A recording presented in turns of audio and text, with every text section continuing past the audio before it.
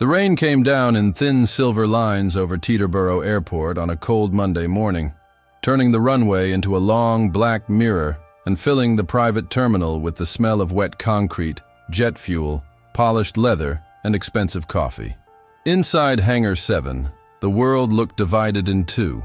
On one side, a $72 million Gulfstream G650ER rested under white maintenance lights, its cream and gold paint shining like money had been poured over metal. On the other side, near a scratched steel workbench, Jack Miller knelt beside the nose gear with grease on his knuckles, a faded navy work jacket over his shoulders, and a red Craftsman toolbox sitting open beside him, like the last thing he owned that still believed in him. His 8-year-old daughter, Lily, sat quietly on a folding chair by the wall, wearing a pink winter coat with one missing button, holding a school folder against her chest, while she watched her father work with the serious eyes of a child who had learned too early not to ask for too much.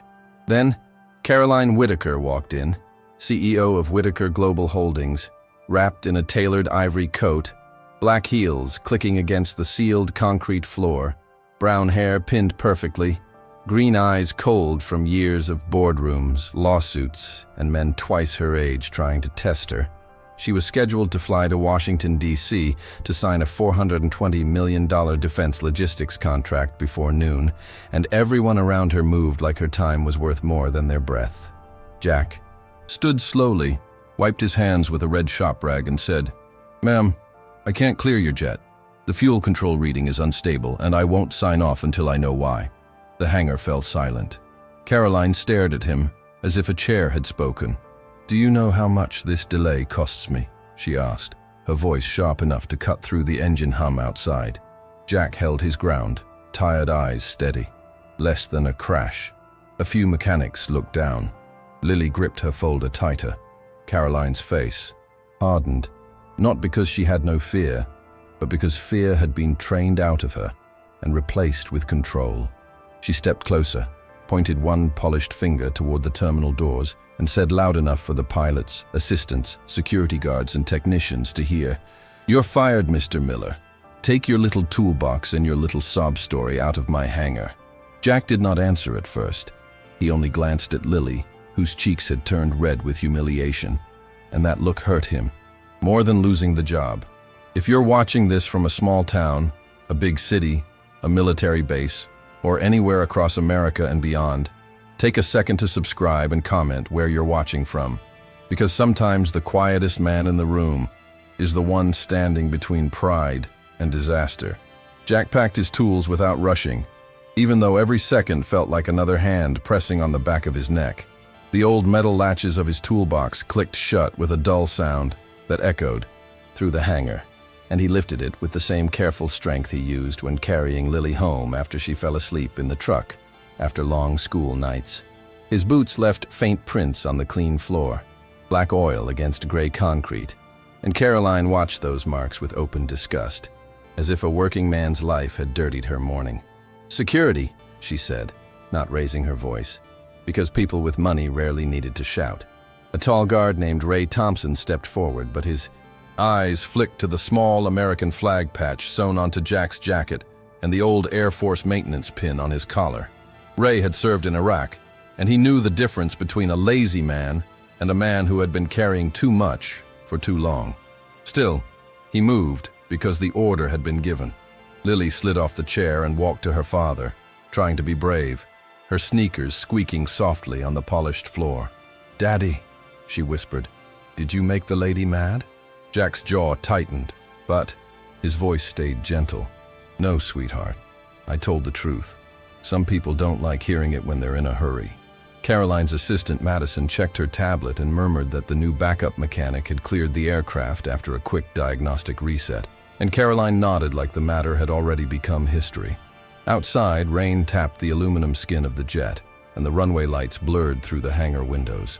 Jack paused near the exit and looked once more at the Gulfstream, not with bitterness, but with the troubled expression of a man who understood machines better than powerful people did. He saw the faint shimmer near the access panel, remembered the irregular pressure response, and felt the old instinct in his gut. The same instinct that had kept pilots alive during his years working on KC-135 tankers at McConnell Air Force Base. He wanted to speak again, to warn them again. But Caroline was already turning away, surrounded by people paid to agree with her. "Let's go, baby," he said, wrapping Lily's hood tighter beneath her chin. As they stepped into the damp morning air, Lily looked back at the glowing jet and asked, "What if it's really broken?" Jack swallowed hard, staring at the private aircraft as its cabin lights brightened. "Then I hope somebody listens before it's too late." Caroline boarded the Gulfstream with the stiff posture of a woman who believed forward motion could erase every uncomfortable feeling. The cabin was silent, warm and immaculate, insulated from the wet airport by thick carpet, cream leather seats, dark walnut tables polished like glass, brushed gold fixtures, folded cashmere blankets, and the soft scent of vanilla diffuser oil chosen to hide any trace of fuel, rubber, or machinery. She took her usual seat near the middle window, crossed one leg over the other, opened a folder stamped with the Whitaker Global seal, and tried to focus on the contract numbers, but Jack's sentence kept returning in her. Mind like a scratch in expensive glass. Less than a crash. Her father had built the company out of a small trucking fleet in Ohio, hauling parts for the U.S. Army through snowstorms and recession years, always saying that America stayed strong because ordinary people kept their word when no one was applauding. Caroline had loved that sentence as a girl. As an adult, she had buried it under quarterly earnings, legal risk, investor pressure, and the lonely discipline of becoming the woman no one could dismiss. She looked through the oval window and saw Jack and Lily crossing the tarmac behind a yellow safety line, his toolbox in one hand, her small hand in the other. For one strange second, the image bothered her. It looked too much like something honest. Then Madison leaned in and whispered, "The senator's office confirmed. If we're wheels up in 6 minutes, we still make the signing." Caroline closed the folder. "Then we leave in 6. In the cockpit, the pilots received clearance to taxi, and the Gulfstream began to roll, smooth and confident, moving away from Hangar 7 as rain streaked across the windows. The terminal staff resumed their routines. Assistants returned to emails. Mechanics pretended they had not witnessed a good man being thrown away. Jack reached his old Ford F-150 in the employee lot. Its blue paint faded, its back seat scattered with Lily's library books, and a worn American flag blanket from a Veterans Day parade. He opened Lily's door, but before she climbed in, the sound from the runway changed. It was subtle at first, a wavering surge beneath the normal turbine roar, like an engine trying to swallow air wrong. Jack froze. His face lost color. Across the wet pavement, the Gulfstream had lined up for departure. The jet accelerated down the runway, bright landing lights cutting through the gray rain, and for 5 seconds everything looked perfect, powerful, unstoppable. Caroline leaned back in her leather seat, eyes on her phone, already, drafting the message she would send after the deal was signed. Whitaker Global remains committed to American excellence, American infrastructure, and American security. Then the cabin lights flickered. A sharp vibration passed under the floor. Madison grabbed the edge of the table, and a crystal glass rolled, hit the carpet, and spilled sparkling water into the cream fibers. From the cockpit came a clipped exchange, too controlled to be comforting. The left engine surged, dropped, surged again, and the aircraft lurched hard enough to make Caroline's folder slide into the aisle. "What was that?" she demanded. No one answered. The pilots rejected takeoff, braking with violent force, and the Gulfstream screamed against the runway as tires smoked on wet asphalt. Caroline was thrown forward against her seatbelt. Madison cried out, and somewhere behind them a cabinet burst open, scattering silverware across the cabin floor. Outside, Jack dropped his toolbox in the parking lot and ran toward the perimeter fence with Lily shouting behind him, "Dad!"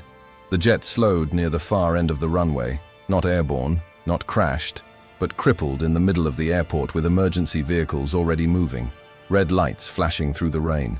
Inside the cabin, Caroline sat frozen, breathing hard, one hand pressed against her chest, her perfect coat wrinkled, her face pale beneath flawless makeup. For the first time that morning, no assistant could fix it. No contract could matter more, and no amount of money could make the runway move beneath them. The pilot's voice came over the cabin speaker, strained but professional. "Ms. Whitaker, we have a serious fuel control fault. We need maintenance immediately." Caroline closed her eyes. In the heavy silence that followed, every person in that luxury cabin remembered the same man at once. The single dad with grease on his hands, the old red toolbox, and the warning she had mocked in front of his daughter. Emergency trucks surrounded the Gulf Stream in a half circle of flashing red and white lights, their reflections trembling across the wet runway like broken warning signs. Inside the cabin, Caroline Whitaker remained strapped into her cream leather seat, with both hands gripping the armrests, her breath shallow, her phone lying face down on the carpet beside the spilled water and scattered contract pages. For years, she had trained herself to turn panic into action, humiliation into strategy, fear into a cleaner suit, and a sharper sentence. But now, as the aircraft sat disabled in the middle of Teterborough's active runway with rain ticking against the windows, she could not command the engine to behave, could not threaten the fuel system, could not fire the vibration that still hummed under her feet. Madison crouched in the aisle, pale and shaken, whispering, "Are we safe?" The pilot opened the cockpit door and stepped out with a controlled expression that failed to hide the sweat near his temples. "We rejected takeoff in time," he said, "but we need the mechanic who flagged this issue." Caroline looked at him slowly. "Bring another one." The pilot did not move. "Ma'am, with respect." The other mechanic reset the warning. Jack Miller diagnosed the pattern. "If he knows what he saw, we need him." Jack stood behind the perimeter fence with Lily pressed against his side, rain darkening his jacket and soaking the shoulders of his work shirt. The toolbox lay open near his truck because he had dropped it when he ran, sockets and wrenches scattered across the asphalt like the pieces of a life knocked out of order. He watched the Gulf Stream through the fence, not with satisfaction, not with the ugly pleasure of being right, but with the tight fear of a man who knew how thin the line was between an embarrassing delay and a folded flag handed to a family. Lily clung to his sleeve. "Dad, are they gonna die?" Her voice cracked on the last word. Jack dropped to one knee so he could look into her eyes, rainwater running down his beard. "No, baby, they stopped in time." He said it firmly because children needed firmness even when adults were not fully sure. Then Ray Thompson, the security guard, jogged across the lot with his black coat flapping open and his earpiece pulled loose. He stopped in front of Jack, breathing hard. "Mr. Miller," he said, shame visible in his face. "They need you back."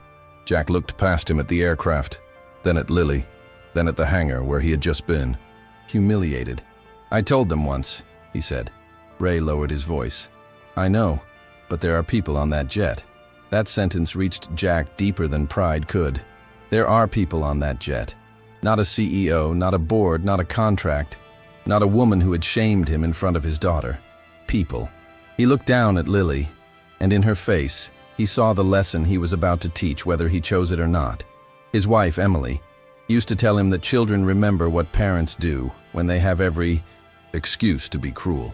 Emily had been a public school teacher in Hackensack, the kind who bought crayons with her own money and kept granola bars in her desk for kids who came to class hungry. She died 3 years earlier after a late diagnosis of ovarian cancer, leaving Jack with $87,000 in medical debt, one daughter who still slept with her mother's scarf under her pillow, and a promise made beside a hospital bed: raise her soft, but not weak. Jack wiped rain from his eyes and picked up his toolbox. "Lily, stay with Mr. Thompson by the truck." Lily grabbed his hand. "But she fired you." Jack nodded, pain moving across his face. "That doesn't mean I let people get hurt." He kissed the top of her hood, then walked back toward the hangar, each step heavy with anger, dignity, and the old American belief that a man's conduct mattered most when nobody deserved it. Caroline was escorted off the jet through a mobile stairway slick with rain, her perfect appearance visibly cracked for the first time that morning. Her coat was wrinkled at the waist from the seatbelt. A strand of brown hair had slipped from her bun, and the confidence in her green eyes had been replaced by something thinner, more human, and far less practiced. Airport operations moved around her with brisk professionalism, ground crew in neon vests, firefighters checking brake temperatures, pilots speaking into radios, maintenance supervisors arguing about runway closure time and FAA reporting requirements. Every minute the disabled jet sat there. Flights backed up, costs mounted, and the Whitaker deal in Washington drifted toward disaster. But Caroline barely heard the numbers anymore. She watched Jack enter the service area with his old red toolbox in one hand, his shoulders soaked, his boots leaving wet prints on the immaculate floor she had complained about. He did not hurry to her. He went first to the pilot, then to the maintenance chief, speaking in low technical language about fuel flow sensors, throttle response, transient faults, and a control unit that could pass a reset while still failing under acceleration. Caroline stood a few feet away, not used to being ignored by a man she needed. "Mr. Miller," she said. Jack looked at her for 1 second, then back at the aircraft. "Not now, ma'am. I'm working." Before that morning, Jack's life had been measured in practical sacrifices that did not photograph well. He woke at 4:45 a.m. in a small rented duplex in Secaucus, packed Lily's lunch, in a kitchen with a cracked tile floor, checked her math homework under a flickering fluorescent light, and drove 30 minutes to Teterboro in a truck that needed new tires he could not yet afford. He worked overtime whenever possible, picked up weekend inspections, repaired neighbors' lawnmowers for cash, and still kept a jar labeled Lily College on top of the refrigerator with $314 folded inside. He had once been one of the best young aircraft mechanics in the Air Force, the kind of man senior crew chiefs trusted because he never signed anything he did not understand. After Emily got sick, he left active duty contracting work to stay close to home, choosing bedtime stories, oncology appointments, and school pickups over better pay in Texas or Nevada. People called that noble when they wanted to flatter him and foolish when they wanted to be honest. Jack never argued. He simply kept showing up. But poverty had a way of turning good choices into punishments, and that morning's firing threatened rent, health insurance, Lily's after-school program, and the last thin rope holding his household steady. Caroline's life had been built from a different kind of sacrifice, one dressed so beautifully that almost no one recognized it as loss. She grew up in Columbus, Ohio, in a brick house where her father, Thomas Whitaker, hung a flag outside every Memorial Day and taught her to shake hands firmly, look people in the eye, and never cheat a working man. When Thomas expanded his trucking company into military logistics, he brought Caroline to warehouses and depots, letting her watch drivers, dispatchers, welders, and mechanics keep promises that politicians later praised in speeches. But after he died of a heart attack when she was 27, the board treated her inheritance like a temporary mistake. They smiled too slowly, questioned every decision, and waited for grief to make her weak. Caroline survived by becoming colder than the men who underestimated her. She cut divisions, fired family friends, replaced loyalty with efficiency metrics, and learned to speak in numbers because numbers could not accuse her of loneliness. At 41, she owned a penthouse overlooking Central Park, a private jet, 3 homes she rarely visited, and a company valued at $3.8 billion. She also ate dinner alone most nights at a marble kitchen island, answered emails until midnight, and kept her father's old leather work gloves in a drawer she had not opened in 2 years. Jack spent 43 minutes inside the maintenance bay with the Gulfstream's access panels open while the storm softened into a gray mist. He asked for diagnostic logs, rejected 2 quick explanations, and crawled under the aircraft with a flashlight clenched between his teeth, his soaked shirt sticking to his back. The younger mechanics watched him with a mix of embarrassment and respect, because they knew he had been right, and because they had allowed fear of Caroline's power to make them quiet. Lily waited near the hangar entrance beside Ray, her small fingers wrapped around a paper cup of hot chocolate a receptionist had brought her. She did not drink it. Her eyes stayed fixed on her father's legs visible beneath the aircraft. Caroline noticed the child eventually, not because she wanted to, but because Lily was the only person in the terminal not pretending the morning was normal. The girl's pink coat looked too thin for the weather, and her shoes had careful little repairs. Near the toes, the kind done by a parent who could not buy new ones yet, but refused to send his child out looking neglected. Caroline approached slowly. Lily looked up, wary but polite. "Are you mad at my dad again?" she asked. The question struck Caroline harder than an accusation because it had no performance in it. Caroline opened her mouth, but the answer she found sounded small. "No," she said. "I think your dad may have saved us." Lily looked at Caroline for a long second with the guarded, "Judgment only children can deliver. He always checks things twice," she said. "Mom used to say that's how he loves people." Caroline felt the sentence settle somewhere uncomfortable inside her. She glanced toward Jack, who was now speaking with the pilot near the exposed panel, his hands moving with controlled precision. "Where is your mom?" Caroline asked before she could stop herself. Lily looked down at the cup. "Heaven, I guess. Dad says people leave love behind when they can't stay." Caroline stiffened, embarrassed by the intimacy of what she had asked, and by the child's gentle answer. Madison called from across the lounge, saying the senator's office had moved the signing window and the board was demanding a status update. But Caroline lifted one hand without looking away from Lily. For the first time in years, a business emergency did not feel like the only emergency in the room. "I'm sorry," Caroline said. Lily nodded, still serious. "Dad doesn't like when people feel, sorry for us. He says we're still a family." The word family seemed to expose the emptiness inside Caroline's expensive life. She had employees, advisors, drivers, lawyers, shareholders, and enemies. She had not had family at a dinner table in years. The diagnosis came just before 9:30 a.m. Jack found a failing fuel metering valve actuator intermittently sticking under high-demand conditions, a defect subtle enough to hide during ground idle, and dangerous enough to create an engine surge during takeoff. He documented the readings, photographed the component, and explained the chain of failure to the maintenance chief and pilots with the calm clarity of someone who cared more about truth than appearing impressive. "The reset cleared the warning, not the problem," he said, holding the faulty part in a gloved hand. "You would have felt it right as the aircraft committed to rotation. On a dry runway, maybe the pilots manage it. On a wet runway, loaded heavy, with crosswind, you don't gamble." With that, no one spoke for a moment. The pilot looked at the part, then at Caroline. "He's right." Caroline's face tightened as the reality became undeniable. Her impatience had not merely been rude.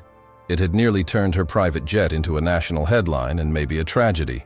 The maintenance chief muttered that the replacement part could be sourced from Newark within 2 hours, but the FAA paperwork, incident report, and clearance process would delay departure far beyond the contract deadline. Caroline should have exploded. Instead, she stared at the small mechanical component in Jack's hand and thought of how close she had come to dying because she had confused authority with wisdom. The external consequences arrived quickly. Whitaker Global's board convened an emergency call. The Washington meeting was postponed, and a financial news reporter somehow learned that Caroline Whitaker's jet had suffered a rejected takeoff at Teterboro. Madison handed Caroline a phone with 3 directors waiting on speaker, each one speaking in the polished panic of people worried about stock price more than human life. "Caroline, we need a statement," one said. "We need to control the optics." Another added, "Do not admit operational negligence. Blame vendor maintenance if necessary." Caroline looked through the glass wall at Jack washing grease from his hands in a utility sink while Lily stood beside him, holding his sleeve like an anchor. Vendor maintenance. The phrase made a stomach turn. 10 minutes earlier, she might have used it. 10 years earlier, her father would have fired anyone who suggested it. "No," Caroline said into the phone. The board went quiet. "The mechanic warned me. I ignored him. That is the statement we start from." A director objected immediately, warning about liability exposure. But Caroline's voice sharpened with a different kind of strength. Liability is not the same thing as honor. She ended the call before they could answer. Then stood still with the phone in her hand, startled by how much that sounded like the woman her father had once hoped she would become. Jack did not trust her sudden silence. Men like him learned not to trust the guilt of powerful people too quickly, because guilt could turn into a check, a speech, or a photo opportunity, and none of those paid back dignity. When Caroline approached him near the sink, he dried his hands slowly and kept his expression guarded. "Mr. Miller," she said, "I owe you an apology." He glanced toward Lily, then back at her. "You owe my daughter one first." Madison shifted uncomfortably behind Caroline. Ray looked away to hide a small nod. Caroline absorbed the words without defending herself, and that alone surprised everyone. She walked to Lily and lowered herself slightly, not quite kneeling, but no longer towering. "Lily," she said, voice quieter than before, "I embarrassed your father in front of you. He was doing his job, and I was wrong. I'm sorry." Studied her face, Lily, searching for the trick adults sometimes hide inside apologies. "Are you going to give him his job back?" Caroline swallowed. "Yes, if he wants it." Lily looked at Jack. Jack did not smile. The apology had landed, but pain did not disappear just because pride finally bowed. "A job isn't the only thing you took from him," Lily said softly. "You made people look at him like he was nothing." Caroline's eyes flickered. No boardroom insult had ever cut so cleanly. The rest of the day moved in a strange rhythm of repairs, delays, uncomfortable honesty, and small revelations.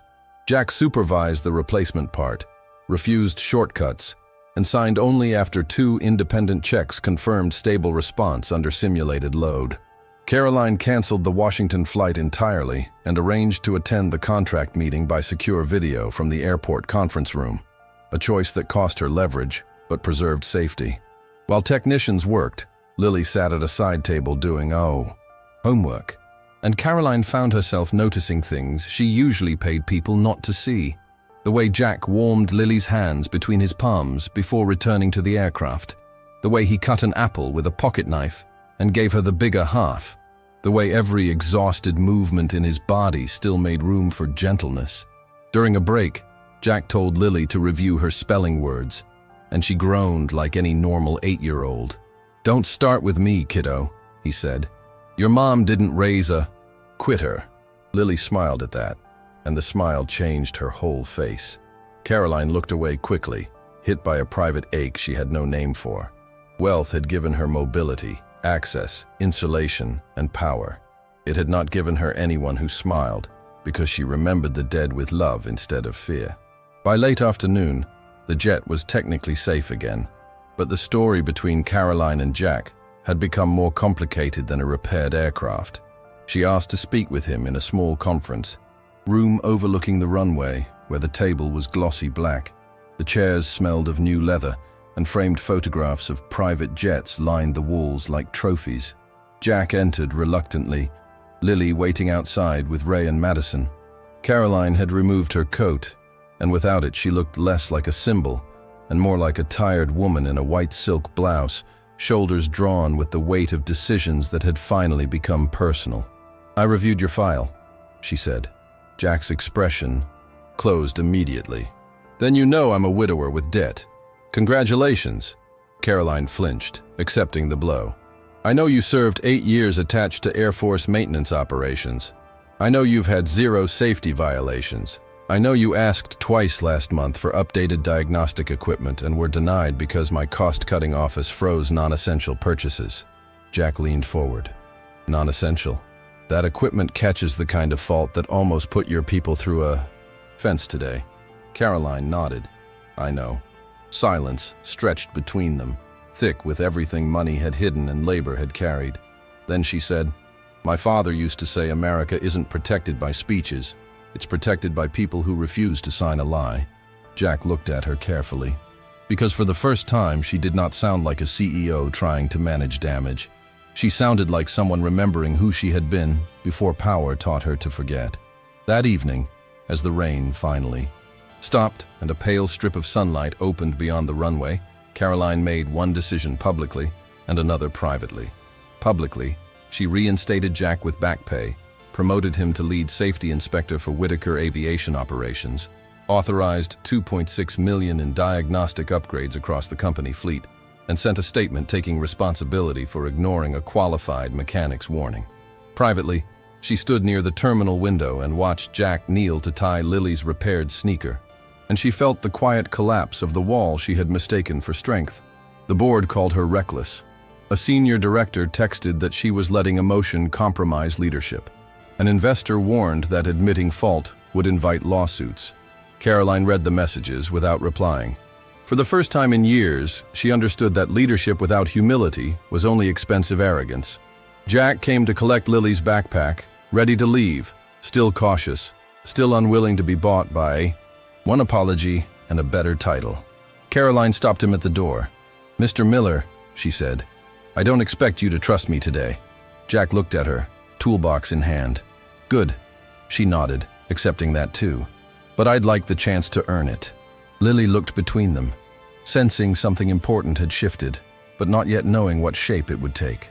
Outside, the repaired Gulfstream sat quiet under the hangar lights, no longer a monument to wealth, but a reminder that one humble man's integrity had grounded a billionaire's pride before it could destroy them all. 3 weeks later, Caroline Whitaker returned to Teterboro before sunrise, not for a flight, not for a contract signing, and not surrounded by assistants trying to protect her from ordinary life.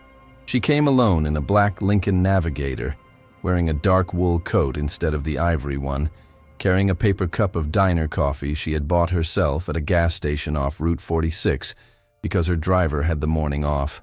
And for once, she wanted to feel the road beneath a decision. Hangar 7 looked different at that hour, quieter, colder, lit by long strips of fluorescent white, with the smell of machine oil, rubber, wet asphalt, and burnt coffee hanging in the air like the honest breath of working people. Jack was already there, reviewing inspection logs at a steel table with a yellow legal pad, his sleeves rolled up, his hands still rough despite the promotion that now gave him authority over safety across Whitaker Aviation Operations. The new diagnostic equipment had arrived in black Pelican cases along the wall, each one labeled, inventoried, and treated by the mechanics like proof that someone powerful had finally listened. But Jack had not softened toward Caroline. He remained respectful, professional, distant. He answered emails with short sentences, rejected her praise, and refused every invitation to discuss long-term leadership alignment, because he knew corporate language could hide guilt the way fresh paint hid rust. Caroline stood at the open hangar door for a moment, watching him work, and understood that earning trust would be slower than signing a check.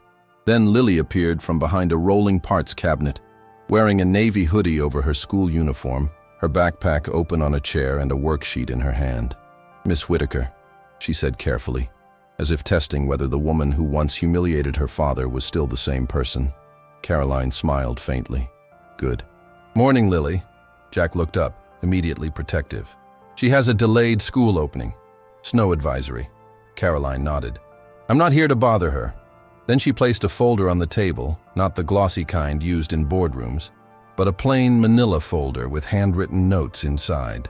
"I'm here because I found something my father wrote before he died." Jack did not reach for the folder. He stared at it as if it might contain another apology dressed as business. Caroline opened it herself, revealing photocopied pages from an old spiral notebook, the ink faded and uneven.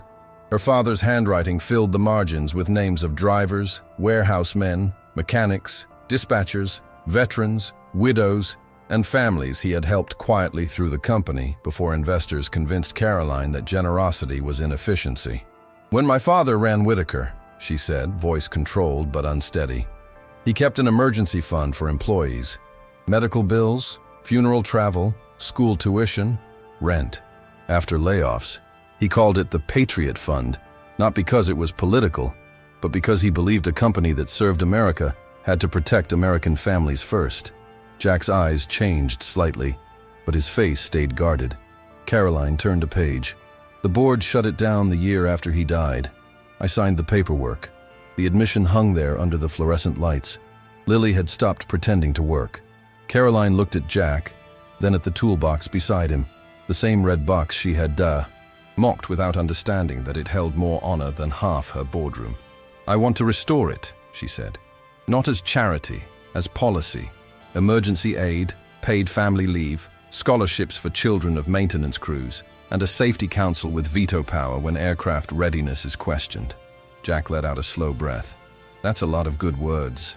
Caroline nodded. "Words are easy." She slid another document across the table. "That is why I'm putting $25 million of my own compensation into the fund, not company money, and I want you to chair the safety council." Jack finally picked up the paper, scanning the legal language. Lily looked at him with wide eyes. "Daddy, that could help people like us." Jack's jaw tightened, because she had said the quiet part out loud. Carolyn heard it too, and felt the shame of how late she had arrived at basic decency. The real test came later that morning, when Caroline brought Jack to Whitaker Global's emergency board meeting in Manhattan.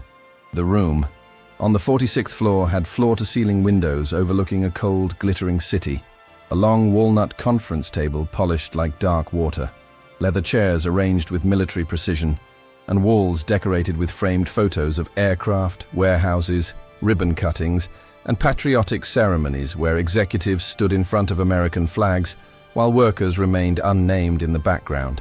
12 board members waited with tablets, legal pads, expensive watches, and faces trained to look concerned without looking accountable.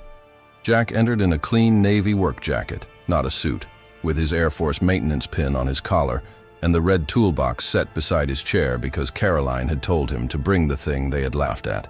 The board's lead director, Richard Voss, looked at the toolbox first, then at Caroline.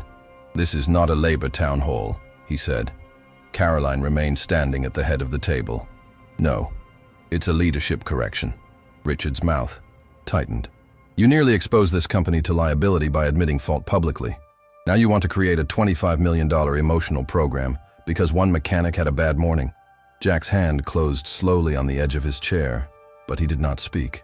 Caroline looked toward the window, where New York moved below them in steel, glass, and winter light, and for 1 second she saw herself as the board saw her. Wealthy, polished, powerful, replaceable if she stopped being useful. Then she looked at Jack and remembered him running back through rain to help people who had humiliated him. "One mechanic," she said quietly, "kept my aircraft from becoming a memorial service." The room went still. Richard leaned back. "Caroline, don't dramatize." She opened the folder and placed her father's notebook pages on the table. "My father built this company on contracts with the United States because he believed service meant responsibility. We became rich serving a country defended by soldiers, maintained by mechanics, driven by truckers, staffed by parents who still pack lunches before dawn. If we profit from American strength while treating American families as disposable, then we are not patriots. We are parasites wearing flag pins." The confrontation peaked when Richard pushed back from the table and said, with a cold smile, "You are letting grief and a widower's sob story rewrite corporate governance." The words hit Jack first. His face lowered, not in weakness, but in the familiar exhaustion of a working man hearing his pain reduced to leverage. Lily was not in the room, but Caroline saw her anyway. Pink coat, repaired shoes, small voice asking if her father had done something wrong. Caroline placed both palms on the table. "Say his wife's death again like it's a bargaining tactic," she said, her voice low enough to make every director look up. Richard blinked. "Excuse me?" Caroline did not blink. Emily Miller taught public school in New Jersey for 14 years. She died leaving behind a daughter who still believes her father's honesty matters. Jack Miller came back to save my aircraft after I fired him in front of that child. That is not a sob story. That is character. Jack looked at her then, truly looked, because something in her tone had changed from reputation management to conviction. Caroline turned to him. "Mr. Miller, I owe you something I should have given you that morning. Not your job, not a promotion. Respect." Her voice trembled, for the first time, and she let it. "I was wrong because I thought power gave me the right to decide whose voice mattered. You proved that the truth can come from grease-covered hands, from a father trying to keep his daughter fed, from a man with nothing to gain except doing the right thing." Jack's eyes reddened, but he held himself steady. After a long silence, he said, "My wife used to tell our daughter that America works best when the strong protect the decent, not when they crush them." Caroline nodded slowly. "Then help me build a company she would have respected." The boardroom did not applaud. Real change rarely begins with applause. It began with Richard looking away, with two directors quietly opening the proposal, with Jack sitting taller, and with Caroline choosing in front of the people who could remove her to become human before becoming untouchable again. By noon, the vote passed by a narrow margin after Caroline threatened to resign publicly and take the story, the safety records, and her controlling shares into a shareholder meeting if the board refused. Jack did not celebrate. He stood by the window afterward, looking down at the city, one hand resting on the handle of his toolbox. Caroline joined him, leaving enough space that he could choose whether to speak. For a long moment, they watched traffic move through Manhattan like blood through a restless body. "You know this doesn't fix everything," Jack said. "No," Caroline answered. "It starts something," he nodded. "People like me don't need rich people to feel guilty for a week. We need systems that don't make dignity depend on luck." Caroline absorbed the words without flinching. "Then hold me to that." Jack looked at her, and the last of his anger did not disappear, but it shifted into something more useful, cautious belief. "I will." Caroline almost smiled.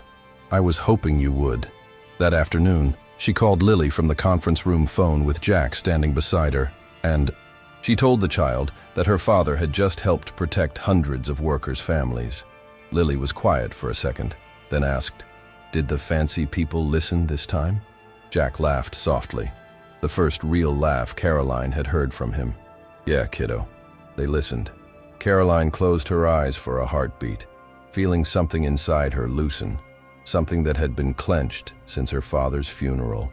If this story of a humble single dad proving everyone wrong has you watching until the end, hit that like button and subscribe to the channel. Your support helps us bring you more emotional stories of sacrifice, hidden strength, and unforgettable twists. Now let's get back to the video. 6 months later, Hangar 7 no longer felt like a place where fear moved faster than truth. The polished private terminal still smelled of leather, coffee, jet fuel, and rain whenever storms rolled over Teterboro. But the walls now carried framed photographs of mechanics, dispatchers, pilots, veterans, single parents, and warehouse crews whose names had once lived only on payroll sheets. A bronze plaque near the entrance read, "The Patriot Fund," founded to protect the families who keep America moving. And beneath it were the first 57 families helped by emergency grants, medical relief, tuition support, and paid leave that no employee had to beg for. Jack Miller walked through the hangar in a clean navy uniform jacket with his name stitched over the chest, no longer hiding. Exhaustion behind silence, but still carrying the same red Craftsman toolbox, because he refused to become the kind of man who forgot where his dignity had been tested. Lily walked beside him in a new winter coat, her repaired sneakers finally replaced, her backpack covered with small American flag patches from airport workers who treated her like family. Caroline stood near the Gulf Stream with rolled-up sleeves, not because she was pretending to be a mechanic, but because she had spent the morning listening to the maintenance crew explain the new safety review process. She looked different now, still elegant, still powerful, but less sealed off from the world. Her hair was pinned loosely, her face carried softer lines, and when a mechanic corrected her assumption about inspection timing, she did not punish the interruption. She wrote it down. The change became real the day Whitaker Global hosted its first Family Safety Day, inviting employees' spouses, children, parents, and, veterans from nearby American Legion posts into the hangar for a ceremony that felt less like corporate branding and more like a community finding its voice. Folding chairs lined the polished floor, the Gulf Stream rested quietly in the background, and an American flag hung from the rafters above a simple wooden podium built by 2 warehouse workers in Ohio. Caroline spoke first, but she kept her speech short. She told the truth about the morning she fired Jack, about the runway failure, about the arrogance that nearly turned wealth into tragedy, and about the single father who returned anyway because good conduct is not measured by how people treat you, but by who you choose to be when they treat you badly. Then she called Jack and Lily to the front. Lily hesitated, holding her father's hand, but Jack gave her a small nod, the same kind he gave her before spelling tests and dentist appointments. Caroline turned toward the child in front of everyone and said, "Your father taught this company that safety is love in action. And you taught me that an apology means nothing unless it protects the next family." Lily looked at the crowd, then at Caroline and whispered, "My mom would have liked that." Jack lowered his head, fighting tears, and Caroline did not look away from his grief this time. She stood still and honored it. The concrete change reached beyond one hangar. Under Jack's leadership, Whitaker Aviation Operations created a rule that any mechanic, pilot, or crew member could ground an aircraft for a safety concern without retaliation. And within 4 months, that policy prevented 3 serious incidents across New Jersey, Texas, and Georgia. The Patriot Fund paid for chemotherapy travel for a dispatcher's wife, covered 2 months of rent for a Marine veteran mechanic after his house fire, and awarded its first scholarship to the daughter of a night shift fuel technician who wanted to study aerospace engineering. Caroline also reopened her father's old Ohio Logistics Training Center as the Thomas Whitaker School for Aviation Maintenance and American Service, offering apprenticeships to veterans, single parents, and young people aging out of foster care. Jack refused to let them put his name on the building, but he agreed to teach the first safety ethics class every Friday morning. He began each lesson by placing the faulty fuel actuator on the table and saying, "A machine tells the truth if you know how to listen. People do too." His life did not become magically easy. He still missed Emily at the dinner table, still checked bills twice, still woke some nights fearing everything could disappear. But now he had support, purpose, and a daughter who looked at him not as a man beaten down by the world, but as proof that a humble heart could stand tall in front of power and change the rules.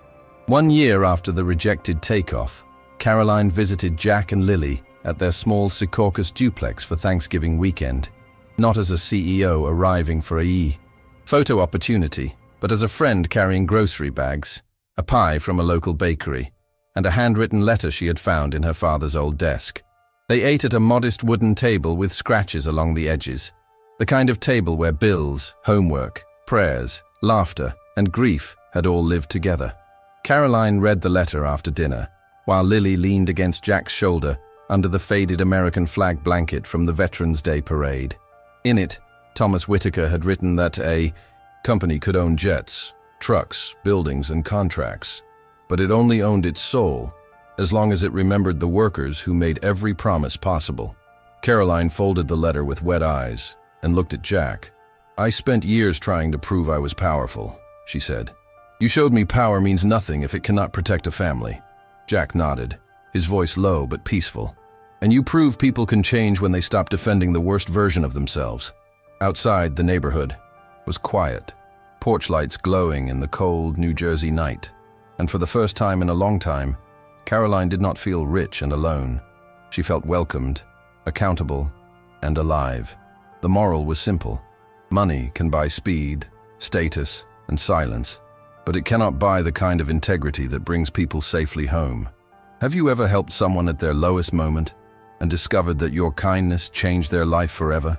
Drop a little heart in the comments if you believe love, kindness, and quiet strength are worth more than money, status, or any fortune. Subscribe for more emotional stories about second chances, hidden truth, and the moment a humble heart changes everything. Comment, "Love has no price tag," if you believe real kindness can change someone's life when they need it most.